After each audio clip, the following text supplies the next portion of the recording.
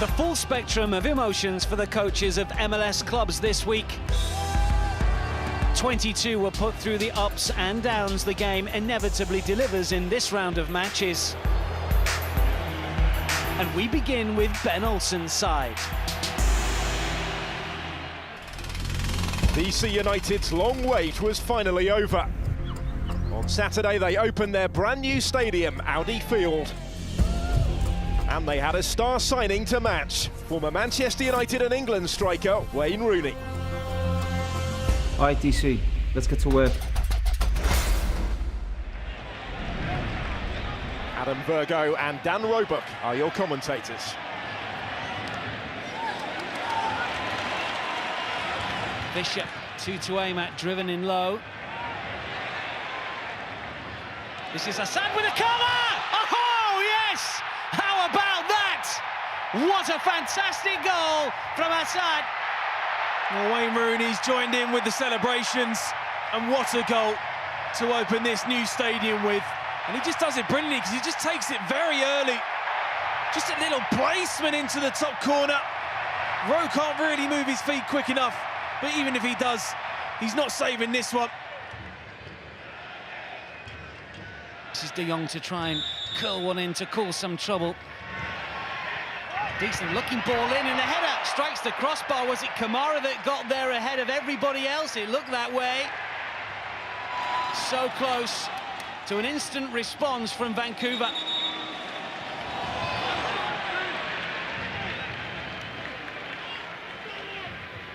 And Rooney going through 1 or 2 stretching exercises, looking on as well. Felipe gets set with a corner, chip towards that far post and glance wide when it really should have gone in. What an opportunity here. Henry now should be scoring that one. It's a poor miss from him. This is a massive moment now for Wayne Rooney and MLS football and DC United. Mattox was given the opportunity from the off. He's been in good form, but he makes way for Wayne Rooney. With the hour approaching, what sort of impact can the former England captain have? It will be fascinating to watch from here on in. Costa, Assad. Costa again. Assad once more. Wayne Rooney calling for it. And go is good. Stiebel will lay it off. It's great football. It's Areola to finish! Terrific team play from DC United has given the home side their second goal. Brilliant all-round play in the final third, and of course Wayne Rooney has to play a part in it. It's just a great, delicate touch from Stiebel, and it's a really well-taken goal. Certainly enjoying their football in the opening of Audi Field. This is Stiebel. He's still going. He wants a goal himself because Acosta was lurking. Assad gets the touch. Rooney back inside the box, and it comes towards Rooney with a header. Rowe makes the save, and the Vancouver Whitecaps escape. It was a difficult angle for Wayne Rooney to generate any attempt towards goal. He had to really dig out that header. Acosta, Assad. Those players, along with Areola and Rooney, are going to be key. It's another good ball. This is Areola once again. It's opened up for him! At the double, Paul Areola nets his second, DC's third. The Caps have been put to the sword. DC United lead Vancouver by 3 goals to 0. A brilliant evening for DC United in their new ground. Rooney's touching in around the 18-yard box has been brilliant. Quality strike again from Areola. Certainly been a good evening's work for Ben Olsen's side. Davies. Nowinski coming forward on the right-hand side. They're just backing away here over the head of Kamara, and then the diving header, I think, comes up off the outside of the post from Jordi Reyna. Well, really sums up their evening in front of goal for the Whitecaps. And try and work it to the right-hand side, Alphonso Davies. This will be the last act, I'm sure. It's a decent hit, and he's found the corner. Oh, the clean sheet has gone. Davies has buried that one, his third of the campaign, in spectacular fashion. Just brilliant individual determination. Just that little bit of skill there. Wonderful strike. Party hasn't been spoiled, but it's just taken a little bit of shine off the victory for DC United. By and large, though, this is a huge positive for Ben Olsen. He knows that he needed a win first time up in Audi Field, and they've managed to get the better of the Vancouver Whitecaps here by 3-1. Second played fourth in the Eastern Conference on Saturday, with New York City FC aiming for a third home win in a week as the Columbus Crew made the trip to Yankee Stadium. NYCFC have dropped just 2 points at home all season, but found the Crew tough to break down. It was early in the second half when Maxi Morales was denied by Zach Steffen before Ronald Matarrita teed up Jesus Medina to come even closer to the opening goal. What was the club's first meeting since Columbus prevailed in last season's playoff semi-final. It was the home side who made the vital breakthrough in this one, though, with a shade over 10 minutes to play. Sub Jonathan Lewis had scored his first goal of the season in the midweek win over Montreal and was unlucky not to add another, but he reacted quickest to provide the assist for Medina, who did score for the second game in succession. The Crew were heading for a fourth defeat in 5, and their fate was sealed in the last minute of the 90 by Anton Tinnerholm. This was all his own work, the Swede surging forward before showing the composure to find the finish. His third MLS goal of the season, a very useful return from fullback. One final footnote of a difficult night for Columbus came in the last minute of stoppage time.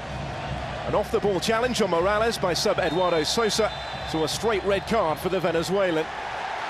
This was a 10th home win in 11 for NYCFC this season at the end of a very profitable week in the Bronx. But the Crew have now gone 4 straight away games without a goal, and the frustration told at the end.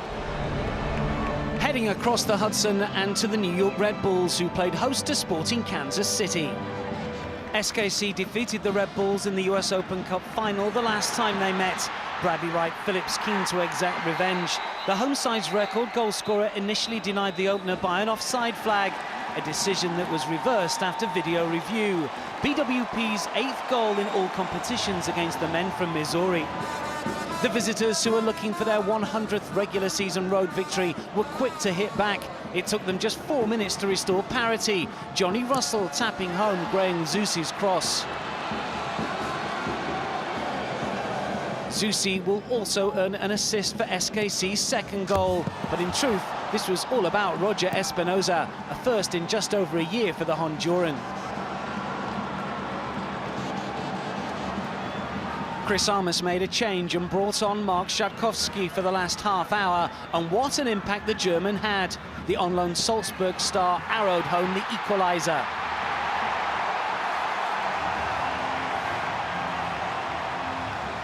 His first MLS goal was then followed by another. A second rasping shot that Tim Melia was unable to keep out. The turnaround complete to give Armas his first points as Red Bulls coach, as SKC had to dance to Szatkowski's tune. 2 of the bottom 3 in the Eastern Conference met in Florida, where Orlando and Toronto were attempting to reignite fading playoff hopes. The Lions had lost a club record 9 in a row, the longest such run in MLS this season. But they started to brighter against the champions, and Chris Mueller was close to opening the scoring midway through the first half in what was the first home game in charge for new coach James O'Connor. His debut in the dugout last week had ended in a 4-1 defeat at LAFC, and the first goal on Saturday always looked likely to be important for two sides low on confidence. Toronto almost found it after some fluent football, only for Sebastian Giovinco to fire a fraction wide. O'Connor had named a much-changed team from last week to try and engineer a return to winning ways, and it was one of those recalled who made the breakthrough just past the half hour. Defender Chris Schuler scored his first Orlando goal after Alex Bono found Dom Dwyer's shot too hot to handle. The goalkeeper couldn't get near another Dwyer effort 3 minutes into the second half, as the Lions' lead was doubled. The celebrations as spectacular as the strike, as Orlando's leading scorer registered his 8th MLS goal of the season. It's now just 1 point in 5 games and 1 win in 9 for TFC, whose response came too late to make much difference. It was in the last minute of added time when Nick Hagelin turned in Giovinco's free kick, and Orlando held on for their first points since the start of May. The Montreal Impact were aiming for a 5th straight home win at Stade Saputo as they hosted the San Jose Earthquakes. The Quakes were without a win in 10 in all competitions. Bereft of confidence, they conceded after only 8 minutes. Safir tied us 4th of the campaign, giving the Canadians an early lead. Just before half-time, the visitors made a change. Fataya Lache replacing Anibal Godoy, who headed straight to the locker room. On the pitch, Jamir Hika was doing his best to get the Quakes level. Evan Bush with the save. Before things took a turn for the curious as the second half was about to start. James Ockford was introduced for a stunned Lache, who'd played only 5 minutes of football. The confrontation that ensued between the midfielder and coach Mikel Stara, perhaps hinting at bigger issues within the Quakes camp. The fractured nature of that relationship was perhaps mirrored on the field of play, as San Jose's disjointed defence offered up a chance for Ignacio Piatti, one he put just wide. But as is so often the case with the Argentine, he wasn't going to be denied. He made sure that the Impact would maintain their recent good home record by curling home his 10th goal of the season to rubber stamp the victory.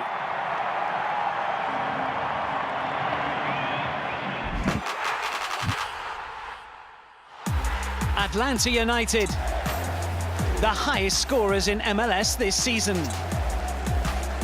18 of which had been scored by the current Golden Boot leader, Josef Martinez. That's 3 more goals than the entire Seattle Sounders team had managed so far. They met at Mercedes-Benz Stadium. Commentary comes from Sam Parkin and Gary Taphouse. Now Martinez, first chance for him. And the form he's in, he's not going to pass up that opportunity, but it's wide. Far too tempting an opportunity not to take on. Angles against him, really. Fizzes it towards that far post, but a couple of yards wide. Almiron. Well, they're certainly aware of his threat, aren't they? And a yellow card for McCrary.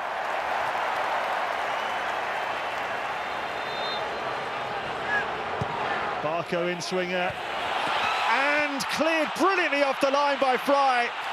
What a superb save. He's at the top of his game at the moment, and it's Will Bruin, I think, back there defending. Comes off his right knee. It's a brilliant, instinctive save down to his left-hand side. Here's McCrary. Great ball. Will it come out to Rodriguez? And he's trying to tee up Ship, and they're appealing for handball. Worth a look at that penalty claim from the shot by Ship. Bit of video review drama right at the end of the half. Oh, he has given it. Well, disbelief on the face of the players. Nico Ladero against Brad Guzan in the last minute of the half. And Guzan did his best. And Ladero bangs it in to give Seattle a lead right at the end of the first half.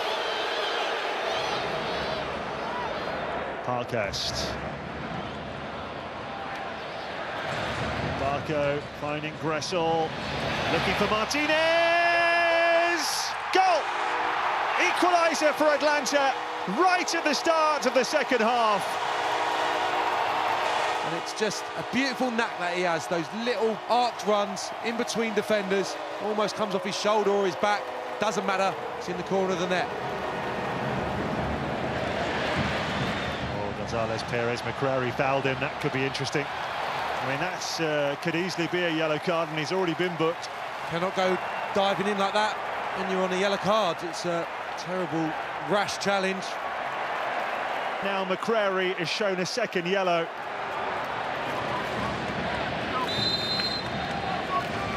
It's Barco. Headed goalwards and then off the bar by Martinez, and then a stunning stop to deny McCann, who probably can't believe he hasn't scored. Full time, Atlanta United 1, Seattle Sounders 1. Another Cascadia club, the Portland Timbers, also faced a tough road trip at LAFC as two of the form teams in the Western Conference met on Sunday afternoon. The Timbers were on a run of 11 MLS games without defeat and were almost gifted the perfect start in California when Benny Failharbour was dispossessed by Diego Valeri, only for goalkeeper Tyler Miller to come to the home side's rescue.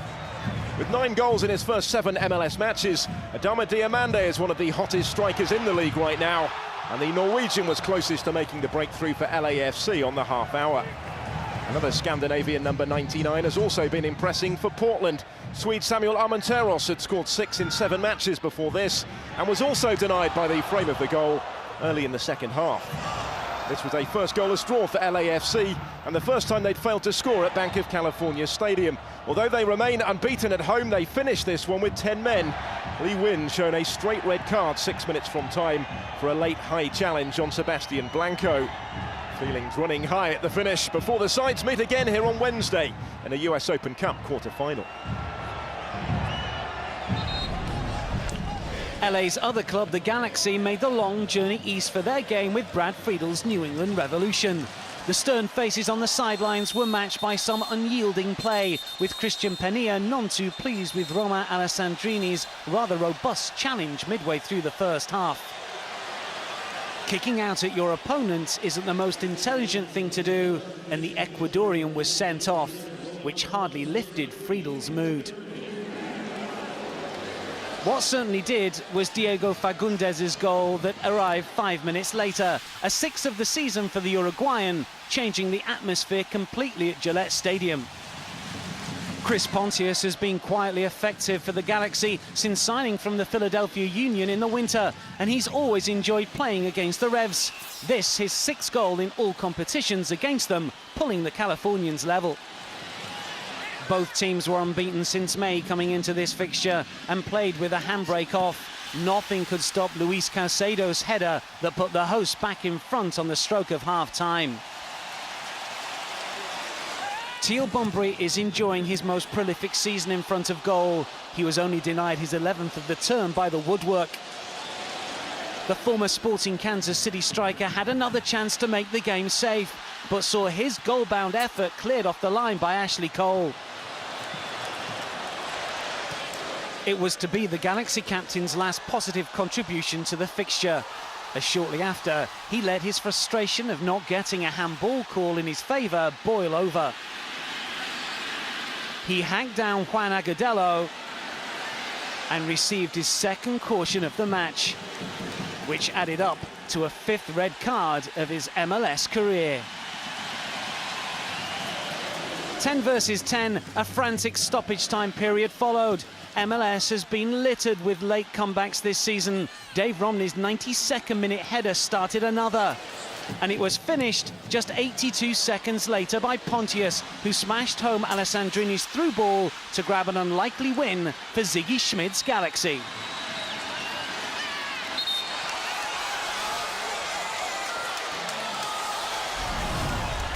Another cross-conference affair saw FC Dallas try to maintain their lead at the top of the West as Veljko Paunovic's Chicago Fire made the trip to Texas.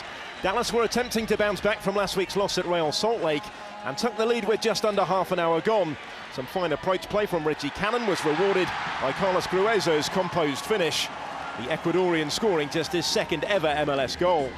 Paunovic had rung the changes after losing a 7-goal thriller at home to Philadelphia in midweek, including just a 2nd league start of the season for Drew Connor. But this late lunge on Ryan Hollingshead meant it ended early. Having already been booked in the first half, there was no possibility of a protest as the Fire played the last 20 minutes with 10 men. And just 4 minutes later, Dallas doubled their lead. Kellen Acosta opened his account for the campaign in style shortly after stepping off the subs bench, and Chicago were heading for a 3rd defeat in the space of 8 days. That was confirmed inside the last 10 minutes when the home side, seeking a franchise milestone 300th victory, were awarded a penalty for Jonathan Campbell's challenge here on Maxi Urruti. Rito Ziegler stepped up to convert the kick for his 3rd goal of the season as Dallas made it 17 MLS home games without defeat, dating back almost a year. They've now won the last 4 in a row at Toyota Stadium. Despite being a man short, the Fire actually had the final say in the scoring 4 minutes from time when Bart Bronikus scored his 1st ever MLS goal. But the Brimstone Cup honours in this particular rivalry go to Dallas.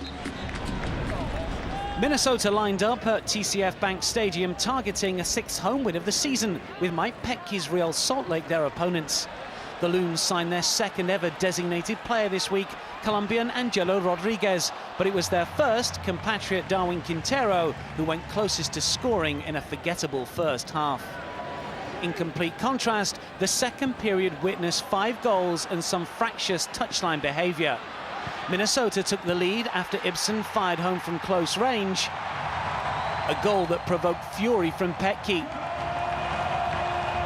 The RSL coach believed Justin Glad was fouled in the build-up to the goal by Quintero, who squared to the Brazilian for the opener 6 minutes after the restart. His vehement protest earning a dismissal. Quintero had scored Minnesota's first ever hat-trick in their last home game and kept up the gallop by netting his 7th of the term with another clever chip, which echoed his history-making performance against Toronto.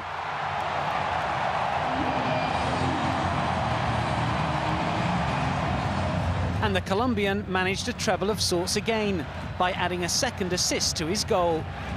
Miguel Ibarras applying the finishing touch to put Adrian Heath's side seemingly in control.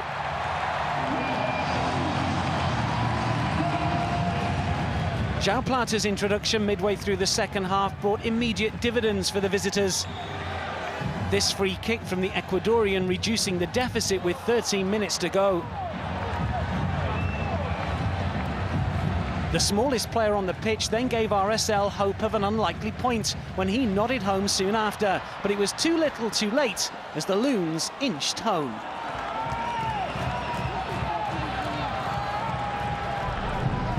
Finally to Colorado, where on Friday the Rapids announced the signing of Giles Barnes, joining his 4th MLS club. A day later he made his debut against his first, the Houston Dynamo. Barnes returned from a spell in Mexico and wasted little time in trying to make an impact against his former side. It was he who led the counter-attack before playing in Dominic Badji. Although Joe Willis in the Houston goal was rarely extended in a game of few clear-cut chances. Dynamo's best opening came late in the first half. Luis Gil was also facing a previous employer, having spent the second half of last year with the Rapids. He was denied a goal on his 100th regular season start in MLS by a combination of Tim Howard and Courtney Ford. The first point in 3 games for Anthony Hudson's men, whilst Wilmer Cabrera's Houston recorded their first away clean sheet of the campaign. That draw keeps Houston outside the Western Conference playoff places, but the LA Galaxy are in the top 6 for the first time since May. A 4th straight home win maintains FC Dallas's position at the top. In the East, 3 wins in the space of 7 days has New York City to within a point of Supporters' Shield leaders Atlanta. DC United may still be bottom after their win, but they do have multiple games in hand on all the other teams. And they open their brand new stadium in the best way possible. He scored the first goal at Audi Field. And DC United has a 2-goal lead. Rooney.